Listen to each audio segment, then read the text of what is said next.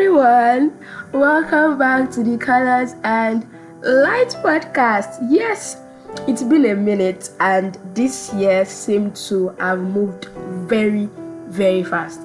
And I can tell you why. It's because you were growing, you were creating, you were serving, you were living beautifully, and you might have forgotten to just pause and breathe and just reflect. So this episode, it's that one for you. Yes. So this is the moment where you would sit, you reflect on 2025 so far. You're going to laugh about the messy part and you're going to give thanks for how far you have come. Yes, my name is Eboluwa Olufayo and this is the Colors and Light podcast. This is the podcast where we embrace life's colors and we find our inner light. Today's episode is not a teaching and it is not a deep Bible study. It's just one heart-to-heart about life lately, the lessons I have learned and the light that's been guiding me through 2025. So this is basically another life update. Yes, we had one life update at the end of the first quarter and it was very, very nice. In fact, it was one of my top performing podcasts and I was just wondering why. Seems a lot of people are attracted to personal stories. They want to hear from people's point of view and not just like the the general context of things. They really want to hear from someone, and that's very, very nice because I absolutely do the same. Most of the podcasts I listen to, they are related to personal stories.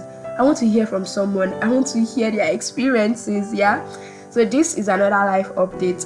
For the past few weeks, we've been talking about 7 pillars. Yes, we had 7 amazing people from the Old Testament that we talked about, men and women of faith, and that was the Old Testament edition. We said we are going to have the New Testament edition, which is going to be next year. So that was our closing series for the year. So if you've not listened, please make sure you go back and you listen. We have 7 episodes in that series, 7 pillars. It's an amazing one. Yes, make sure you listen to them and make sure you drop your comments, join our community, and let's get the conversation going. So if this is your first time here, welcome once again. My name is Eboluwa Olufayo and I am the host behind the Colors and Light podcast, and it's been amazing doing this for the past few months. Yes, I started this podcast this year, and when I saw the Spotify Wrapped, I was very, very amazed. Like, I was very happy. I'm so glad I started it this year, and I'm so glad that I had a lot of people listen. I had a lot of people contribute. I had a lot of people join the community. Yeah. So let me do a quick breakdown of how the podcast performed. Okay, so they said 25% of our listeners each play within 24 hours of a new episode drop. It's amazing, right? They said 30% of our listeners binge 2+ episodes in one day. I listen to a lot of episodes per day, and they said our top fans streamed 2.5 times more than everyone else, and we had 126 fans who are top 10. They had Colors and Lights as their top 10 show, and we have 66 fans who had Colors and Lights as their top 1, and we had 101 fans who had Colors and Lights as their top 5 shows. Yes, and we reached 15 countries. When I posted it, I was just laughing that I personally, if I'm asked on a spot to mention 15 countries, I'm going to stutter. I'm actually firstly going to mention African countries that I'm very familiar with, but at a point I'm going to stop and think well before I talk. So my podcast has been to 15 countries. It's so amazing. Yeah. And our top country: number 1 Nigeria, number 2 India, number 3 United States, number 4 South Africa, and number 5 Kuwait. Oh my god, guys, I'm so happy. Thank you so much to everyone that listened. Thank you for sticking with us. It was so amazing. Thank you so much. Yes, this year has been a very beautiful one, and one of the things that made this year stand out for me is this podcast. Honestly, the fact that I started it, I was able to move it from ground up. I was able to create a routine with recording, with editing, with posting. It was very, very nice, and managing the community as well. At some point, I could not handle that very well, so we had other people come on board to engage the community for some time. But now for like a week now, we've not engaged the community at all. I sincerely apologize for that. And honestly, I have you guys in my heart of heart. I just want to make sure that we keep connecting on this podcast. And in as much as there is any conversation that we are going to have it on the community, and we are going to talk, we are going to discuss, and it's going to be an amazing month. But I have amazing plans for next year. I know a lot of us are already planning for next year, yeah. And I think December should be that month where you begin to look into your plans for the year, if not for the full year, maybe the first half of the year. Yeah, though December, a lot of people find December as a free month to party, to go around, to enjoy themselves, which is very, very valid. You have to rest and you have to unwind. But at the same time, I just want to call your attention to it that the habit you start building from this December is what you're going to grow into January, February, March, April, May, June, all 2026. Yes. So it's not January 1st you're going to start that habit and it's going to stick. If one of your plans next year is to start waking up by 4 a.m., then you actually have to start waking up by 4 a.m. tomorrow. Yes, you have to set your alarm and start waking up by 4 a.m. tomorrow. Do that till the end of December. Then you find out that by January, you just have a natural alarm clock that you just wake up once it's 4 a.m. That is how you work on your goals. So start putting the goals together now and, get started on it. Start working towards it right from now. So as you're enjoying, as you're partying, as you're going out, going for carols and all that, make sure you're also putting your December plans in place, your January plans in place, your 2026 plans in place, okay? For me, when 2025 started, I did not start with any plans. I did not start with any goal, and that's the first time of, let me say, 10 years, because since I got to secondary school, my dad will make us write our yearly goals. He will tell you that you break it down, what you want to do January, February, March, every single month. So if I write down as part of my goals that I wanted to be first 10 in my class, he will tell me to break it down. What am I going to do in January? What am I going to do in February, in March? That's going to pile up and put me at the top of my class. That's how my dad would usually do it. And then while in school, sometimes he's going to call us and ask if we are still keeping track, because I attended the boarding school, yeah. And by the time we get home, we are going to review it back. Now you brought your results home. See what you wrote. Were you able to read every single evening for January? Were you able to take breaks on Saturdays and Sundays? Were you able to do your assignments? Were you able to write your notes? So that's how we usually do it. And it taught me a lot. It taught me how to set goals, how to break down goals into actionable plans. So more than the furnished outcome, it taught me that the process was also part of it. While sometimes I go through the rigorous process, but I still don't get the desired result. Yes, that was what I still picked up then. There was a particular time I was the best student in basic technology, but it was first term. So they're not going to award you for that. It's until it's third term and you keep that streak that they're going to award you for that. So part of the goal was I'm still going to get the best students in basic tech in second term and in third term. So that at the end of third term, on prize giving day, I was going to get the overall, you get. But then second term, I did not get it. I was third position. And third term, automatically, I was not the best student. So, and I still followed consistently the way I should be reading. In fact, basic technology was my most read subject that particular session. I read it so much because of that ultimate goal at the end. I wanted to be the best student in this basic technology, because I've been able to do it once. That means I can keep it up and do it. It was like an encouragement for me.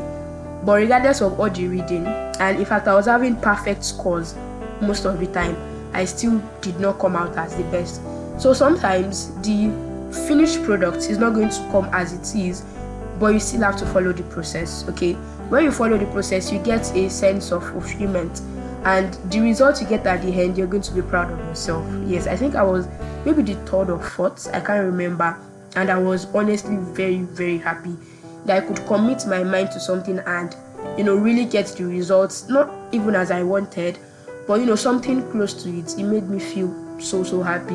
Okay, and academic validation mattered to me so much then. So honestly, it was a very good one. So we are still going to talk about setting goals. That's going to be our next episode before we have our final Christmas episode. But this episode is just a life update and a wrap up for us for the year. So yeah, I mentioned that while I started this year, I did not start with a clear plan and a clear goal, and it was one of the first time for me because I had always done that while I was younger. But by the time we grew up and we moved to university, my dad no longer asked us. It was just part of us already. In fact, we had journals that we would usually write them down. So without him asking, I knew I had to write it down, because you might just be home and he would just randomly pop it up after a morning devotion. So everybody would just have written their goes down, yeah. But I did not write my own down. I just had everything in my head. There was a mental note that okay, I'm going to do well in my career. I'm going to make sure that I do this. But there was no clear plan. There was no clear goal. But by May, I knew I was really not on a right track. I knew something was wrong. I knew I did not like the way I was living based on the momentum, based on anything that just comes around. So I knew I had to change that. Not like I was making any mistakes per se. Everything was going on well. I was improving in my career. I was improving in what I was doing. But I knew there had to be a difference. Okay. So that was when I kicked off with the podcast. Then I launched the Girls Guide Initiative again. That had been since last year, but it was put to a pause. So I decided that okay, I'll come back and go ahead with the Girls Guide Initiative and reach out to more girls and help them get empowered. Then my podcast as well. In fact, it's been I think 2 years now that I wanted to start a podcast, but I had not started. And honestly, I was hoping to get more direction as I was starting out these things. And I honestly did get direction. Yes. Then I started my brand on LinkedIn. I started out as me just sharing random stuffs until I found out that okay, a lot of people actually don't know how to navigate LinkedIn. And I started sharing more tips on how to navigate LinkedIn. And like that, I started managing accounts. I'd been managing accounts before, but I was not really serious with it, okay? And I had always been writing content. I had always done content strategies. It was just very, very easy for me to do. It felt like an hobby for me, and it felt like a work that I was just committed to doing. And I started with volunteering, so it did not really mean much to me. I was just doing it. But then when I was asked that, okay, what's that one skill that you can offer and get paid for? I said, social media management and content writing. And surprisingly, I got my first job. It was a LinkedIn job, and it was very, very, very nice. That something that I love so much, I get to do it. It was very amazing. I really did not envision that I was going to move that fast, and I was very, very consistent with LinkedIn. I think for over 170 days or so before I stopped. I took a break and I grew the page from this year, I think June, to 2,000 followers. It was very, very nice. Building a community, building an entire brand in such a period of time, and consistency is what really helped me through that, and the fact that people gave me the opportunity to serve and to grow. So yes, I got my first job, and after some time I decided to put things up together, work on my portfolio. Okay, I've been managing accounts for a very long time. Let me bring together all the accounts I've managed and stop the guesswork. I've written a lot of content strategies. I've worked with organizations. Okay, let me bring everything together and let me create my portfolio. Then I started applying for jobs. And in fact, I got to interview sessions for some. I did not get in for some of the jobs. At a point, I wanted to give up. I have a friend that what we basically do together is get job opportunities, apply together, rant, and then we go over the process over and over and over and over again. But then that's one of the things that kept me going, that let me just quickly tell this person that I've seen this opportunity again, I've registered, let's see if they will pick me. There are some applications that they're going to tell me to do. After the application, the form, fill long answer questions, short answer question, update your portfolio. They are going to give you a test. I'll do the test. They're going to do a video recording. I did all that and I still did not get the job. So I almost gave up at a point, but I just decided that I'll just have to keep going. I have to keep doing this because I've been working as a social media manager for some other organizations before, but I did not just take it seriously. I was just doing it because of doing sake.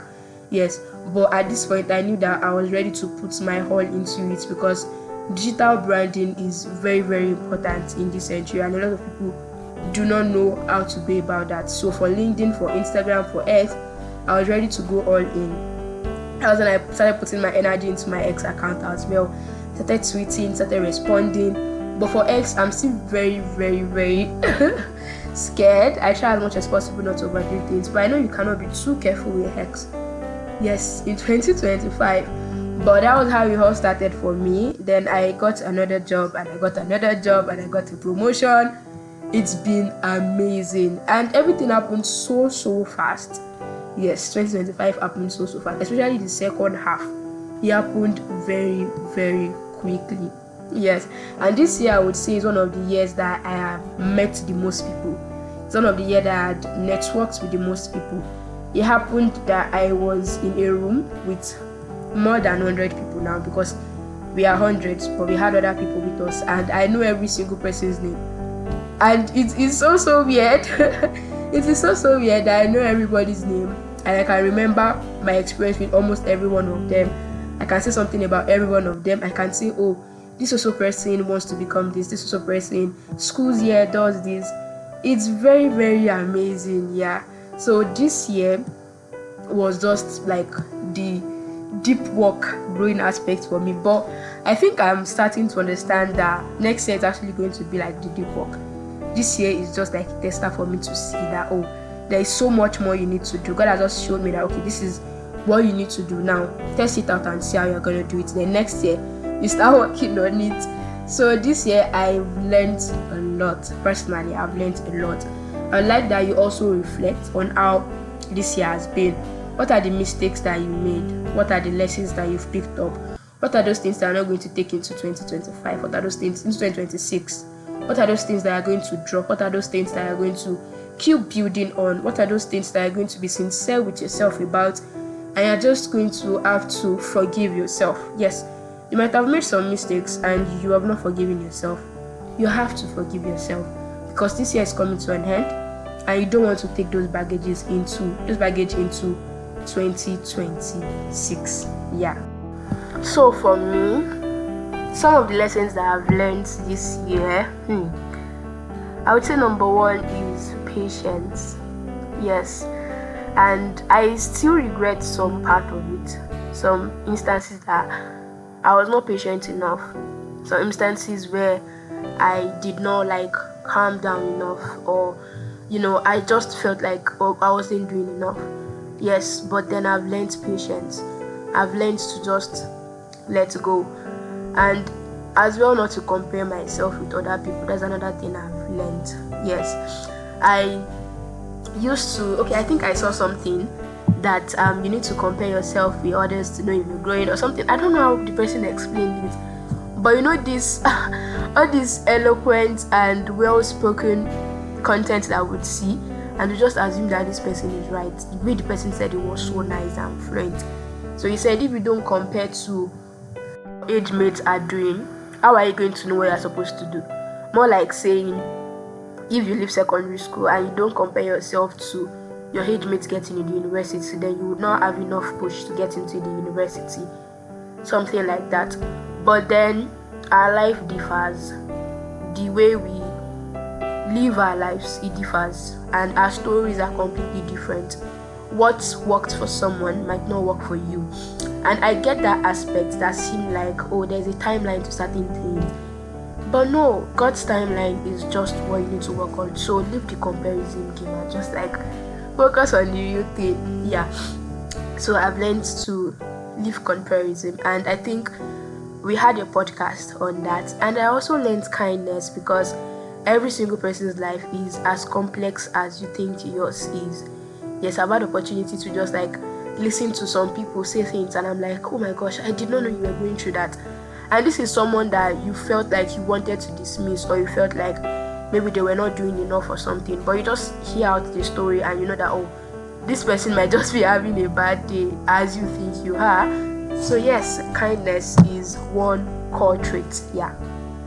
And this year, some of the chapters I had this year was growth. I grew so much this year, As year comes by, it seems like every single year gets better, which I am very, very grateful for. Last year, I said it was my best year. But this year, in fact, is the most amazing one yet. Yes. And another thing I'm grateful for is that I'm already in 400 level, and I'll be writing my first Cancer exams next year. So, it feels like everything is moving on very, very fast. The growth is very evident and very beautiful. But one thing is, next year is going to be better. Because next year I'm going to become a registered nurse and a registered midwife, and it just feels so beautiful that me too is already getting to that stage. So I'm really excited for next year. And behind this whole podcast, I've been able to also grow. This podcast has helped me to tell stories better. This podcast has helped me with how I speak. Sometimes people listen to this podcast and they're like, oh my god, it sounds so different. I'm like, so different as how? Like, it's still me. But those people that have had the opportunity of having conversations like that with me, they tell me you just sound exactly how you talk on your podcast. Do you understand? So it's like I just learned how to speak better, how to take pauses, how to be more fluent with what I'm saying, how to communicate my ideas better, how to tell better stories. Sometimes I sit for long hours trying to think about how I'm going to explain a particular concept when I want to record my podcast, and it has very much helped me. Another thing that worked is community. Yes, I joined a lot of communities this year, and they really did help me out. Yeah, like having a community of people that you do things together. This person does this, you do that. It's been very amazing. So I would really do that again next year. And gratitude, I'm very grateful for this year. Yeah. Those moments that you scroll through your gallery and you're like, this year, this one to happen this year. I'm very grateful. Every episode, all the challenges, all the testimonies. This year is just a proof that the light shines the brightest after that deep reflection. You understand everything better when you just reflect on it. And God has kept me safe this year. I traveled the most this year. Yes, I was traveling between different states that I had never been to. I traveled and it was very nice. I traveled to Abeokuta and I went to Olumorok. I had never been to Olumorok. It was my first time, and I really enjoyed my experience there. So I traveled to different places and I really loved it. And next year, I think it's a sign that next year I'm still going to travel to other different places, and I want to have like this bucket list that I'm going to work on next year. Like, okay, next year I want to learn how to drive, I want to learn how to ride a bicycle. I just want to have that bucket list for next year that I'm going to just do all these things. So it's very nice. So this is your sign that you need to reflect on how this year has been, and you need to be very grateful, because honestly, God has kept you, God has helped you, God has carried you, God has protected you, God has provided for you. Yes, as hard as we thought it was, really God provided for us, God catered for us, God guided us through every single season of it, and it was amazing. At one point it felt difficult, but at this present moment it just feels at ease that yes, truly God does not abandon his own. So as we are closing this chapter, let's look forward to what's next in 2026. And don't forget that this journey might not be perfect, but what makes it better is how you plan for next year. What are the things that you want to improve on next year? You start working on them now, okay? So keep learning, keep shining, keep laughing, keep growing, keep serving, keep enjoying your life, and don't forget that there is always light, even here, even now, because God is a constant factor. Okay, thank you for listening to the Colors and Lights, and if you've not joined our community, make sure you join us. If this episode warmed your heart, share it with someone who needs this reminder that reflection really is important. Okay, and I'm going to catch you in the next one. We are going to be talking about setting smart goals. You might want to just set your alarm for that one. Yes, we're going to be talking about setting smart goals, how you can go about it, how you can break down that finished dream that you have into actionable plans. Yes, that's what we're going to be talking about. So see you in the next one. Bye.